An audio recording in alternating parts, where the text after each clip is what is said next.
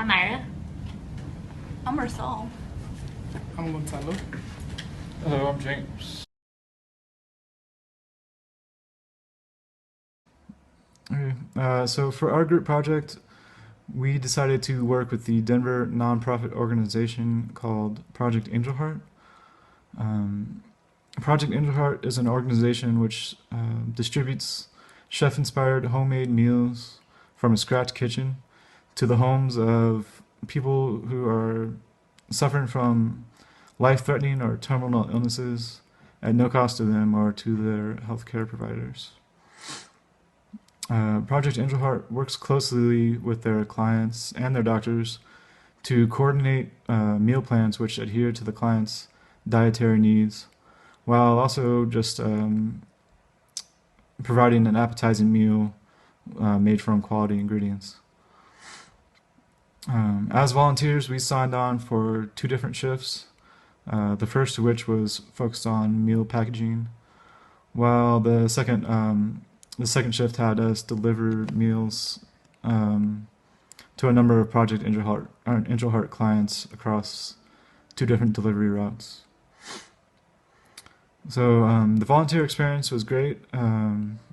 We learned a lot, and we just feel like working with Project Angel Heart was a good opportunity to sort of utilize a lot of the team building ideas that we've learned about and talked about throughout this class.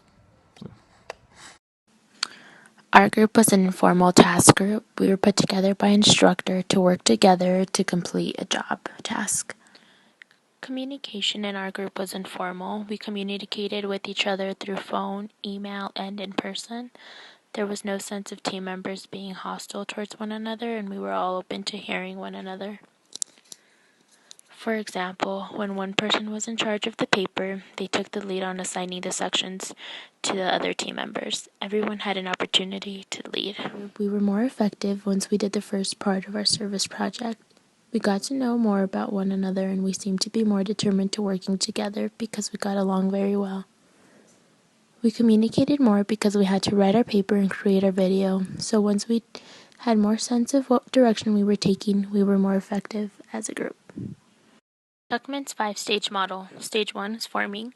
We met one another and brainstormed ideas on possible projects we could do to work as a team.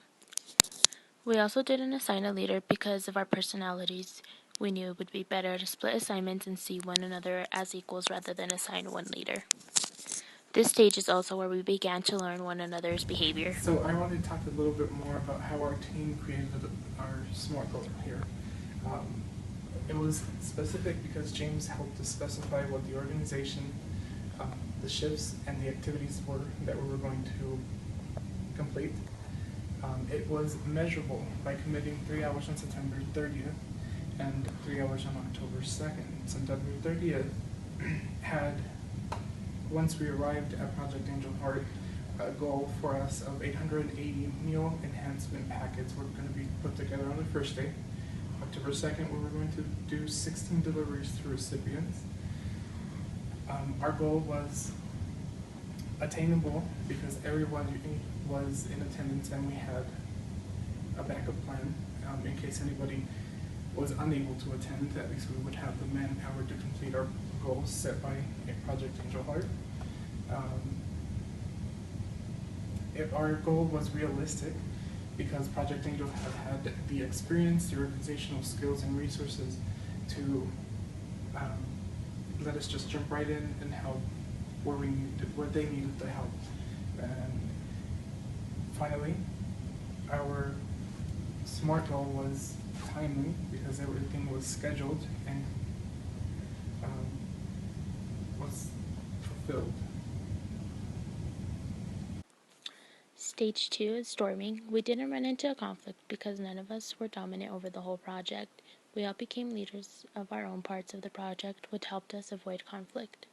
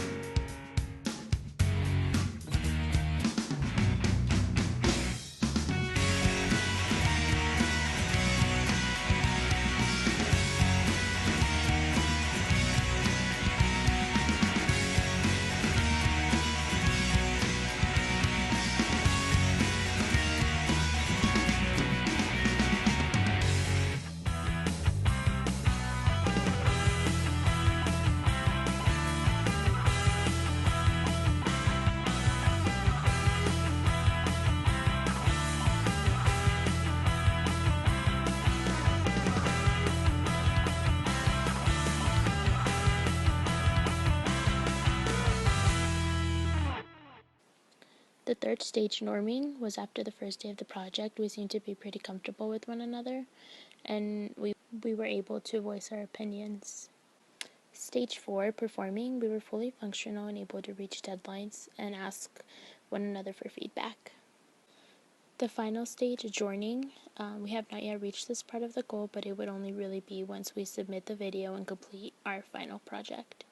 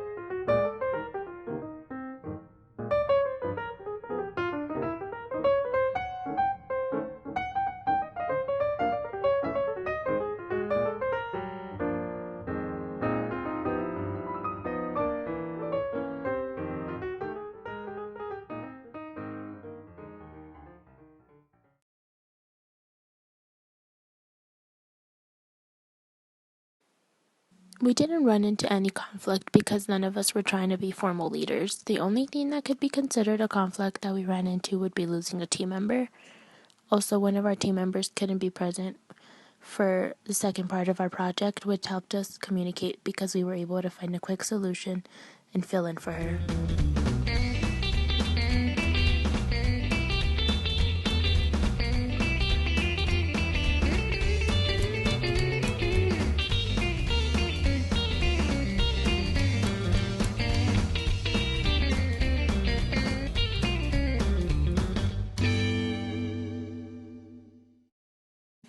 Our goal was to volunteer 2 days at Project Angel Heart. None of us wanted to let our team down, so we were motivated to work hard and meet our deadlines we set for one another. We were persistent through this project by constantly asking for feedback and advice on how to fix or improve our team. Also, communicating with one another helped us maintain persistence. Our team is made up of 4 individuals, and each of us have our weaknesses and strengths when it comes to the Big 5 personality test. However, the team as a whole scored lowest in neuroticism. I scored highest in agreeableness, as did James, and Myra scored highest in openness to experience, while Gonzalo scored highest in both conscientiousness and agreeableness. From this, we could tell that our team would get along well throughout the project, and we did. One thing that we noticed about the Big 5 personality test was that it wasn't very accurate. My group members and I realized that our scores on the Big 5 personality test wasn't set, but rather it was on a spectrum. It went up and down depending on the situation that we were in.